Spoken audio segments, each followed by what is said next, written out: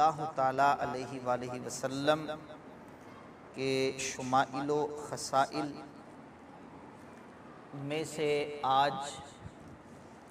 ہم نبی پاک صلی اللہ علیہ وسلم کی حیا کے متعلق سنیں گے کہ حضور صلی اللہ تعالیٰ علیہ وسلم کس طرح حیادار تھے، کیسی حیا فرماتے تھے۔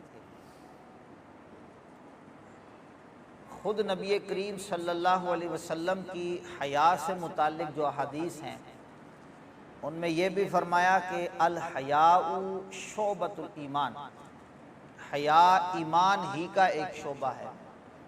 اور ایک حدیث میں یہ بھی فرمایا الحیاء کلہ ایمان، حیا پورے کا پورا ایمان ہے۔ حضرت عبداللہ بن عباس رضی اللہ تعالیٰ عنہما سے روایت ہے، وہ فرماتے ہیں کہ جب تجھے حیا نہ رہے، لو کان الحیاء منک، جب تجھ میں حیا نہ رہے تو پھر جو چاہے کرتا پھر۔ مطلب اس کا یہ ہے کہ جب کسی کو حیا نہیں رہتی تو وہ کوئی بھی کام کر گزرتا ہے، زمانے کی نظروں میں وہ کتنا ہی برا کام ہو، جب اس بندے کو حیا نہیں جو کر رہا ہے تو وہ کچھ بھی کر گزرتا ہے۔ نبی پاک صلی اللہ تعالیٰ علیہ وسلم جنہوں نے حیا کا درس دیا، اور آپ صلی اللہ تعالیٰ علیہ وسلم کی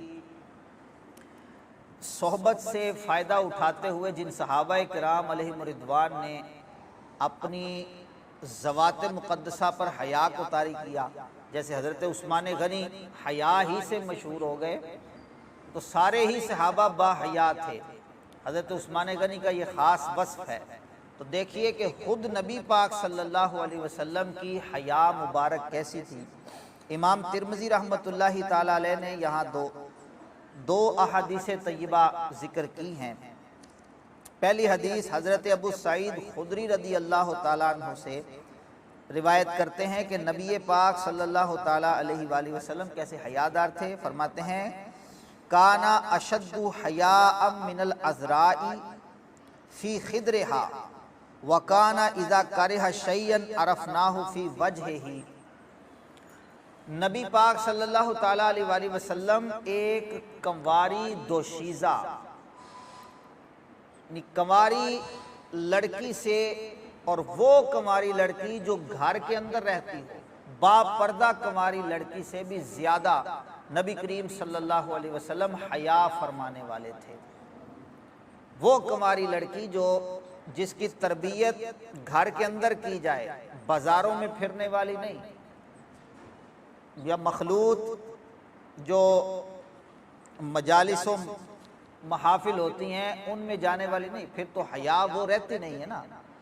نبی پاک صلی اللہ علیہ وسلم کی حیا کیسی تھی؟ حضرت ابو سعید خدری رضی اللہ عنہ کہتے ہیں کنواری دوشیزہ جو حیادار اور وہ ہو بھی پردہ دار، گھر کے اندر رہنے والی، اس سے بھی زیادہ نبی کریم صلی اللہ تعالیٰ علیہ وآلہ وسلم حیا فرمانے والے تھے۔ وَكَانَ إِذَا كَرِهَ شَيْئًا عَرَفْنَاهُ فِي وَجْهِهِ، جب آپ صلی اللہ تعالیٰ علیہ وسلم کسی بات کو ناپسند فرماتے تو آپ کے چہرے پر اس کے آثار ظاہر ہو جایا کرتے تھے۔ جب کوئی ایسی بات کہ جو آپ صلی اللہ تعالیٰ علیہ وآلہ وسلم کے مزاج شریف کے مطابق نہ ہوتی تو وہ آپ کے چہرے پر عیاں ہو جاتی تھی، اس سے معلوم ہوتا تھا کہ حضور کو یہ عمل، یہ بات پسند نہیں ہے۔ دوسری حدیث پاک ذکر کرتے ہیں، حضرت سیدہ عائشہ صدیقہ رضی اللہ تعالیٰ عنہ اس کی راویہ ہیں، فرماتی ہیں ما نظرت الی فرج رسول اللہ صلی اللہ علیہ وسلم او قالت ما رأیت فرج رسول اللہ صلی اللہ علیہ وسلم قط، کہتے ہیں میں نے نبی پاک صلی اللہ علیہ وآلہ وسلم کی شرمگاہ کو کبھی نہیں دیکھا۔ اس کے تحت شارحین لکھتے ہیں کہ نبی پاک صلی اللہ تعالیٰ علیہ وآلہ وسلم کہ یہ فعل بیان کرنے کو حضرت عائشہ گویا بتا رہی کہ نبی پاک صلی اللہ تعالیٰ علیہ وسلم حیا کی وجہ سے اس وقت کہ جب حق زوجیت حضور ادا فرماتے، اس وقت بھی حیا ایسی طاری ہوتی کہ حضرت عائشہ صدیقہ رضی اللہ تعالی عنہا بیان کرتی ہیں کہ نبی پاک صلی اللہ تعالی علیہ وآلہ وسلم اس قدر اس کو چھپائے ہوتے تھے کہ میں نے آج تک نبی پاک صلی اللہ علیہ وسلم کی شرمگاہ کی طرف نظر نہیں کی، اس کو دیکھا نہیں۔ ما رأیت فرج رسول اللہ صلی اللہ علیہ وسلم قط، اور نہ ہی نبی پاک صلی اللہ علیہ وسلم اس کو ظاہر فرمایا کرتے تھے۔ اس کے تحت شارحین نے یہ بھی لکھا ہے، جیسا کہ دیگر احادیث میں آتا ہے کہ نبی پاک صلی اللہ تعالی علیہ وآلہ وسلم اس قدر حیا فرماتے تھے کہ آپ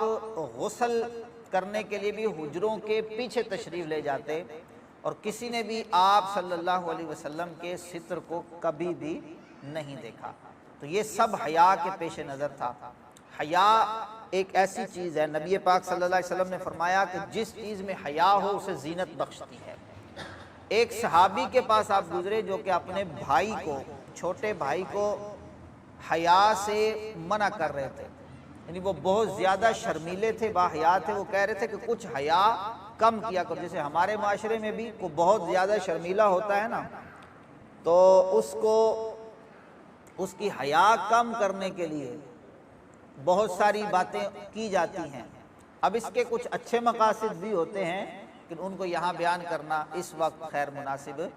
نہیں ہے۔ تو وہ صحابی اپنے بھائی کو یہ کہہ رہے تھے حیا کے معاملے میں کمی کرو، تو نبی پاک صلی اللہ تعالیٰ علیہ وآلہ وسلم وہاں سے گزرے، حضور نے فرمایا کہ اس کو اس کے حال پہ چھوڑ دو، حیا جس میں جتنی زیادہ ہوتی ہے اتنی زیادہ اس سے زینت بخشتی ہے۔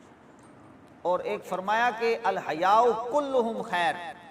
حیا ساری کی ساری خیر ہی ہے، اس میں کوئی نقصان کا پہلو ہے ہی نہیں۔ جس میں جتنی زیادہ حیا ہوگی وہ اتنا زیادہ پاکیزہ نیک خصلت ہوگا۔ اللہ تعالیٰ جل وعلا